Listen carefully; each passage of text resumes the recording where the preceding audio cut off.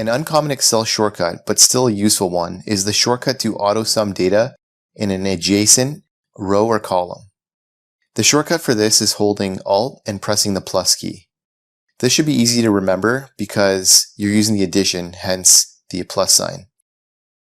Note that you first must make a selection in the values or cell below where you want to do a calculation of the sum.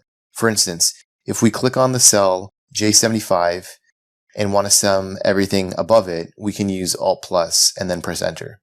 This will calculate the sum of everything above it. Similarly, if we wanted to calculate the sum of the data within a row, we could navigate to the cell beside the values that we want to sum and use Alt plus. For example, if we want to select cell K74, we could use Alt plus, and then it will calculate the sum of the values to the left of it. Hey guys, thanks for watching this lesson. I hope you enjoyed it, and if you did, I'd really appreciate a like and subscribe from you. And if you want to learn more about Microsoft Excel, check out these videos above. And don't forget to check out our website, commercecurve.com, where we have lots of in-depth finance and accounting courses available with full training workbooks. All of our courses come with complete workbooks of lessons, examples, pre-built financial models, and training video. Hope to see you there.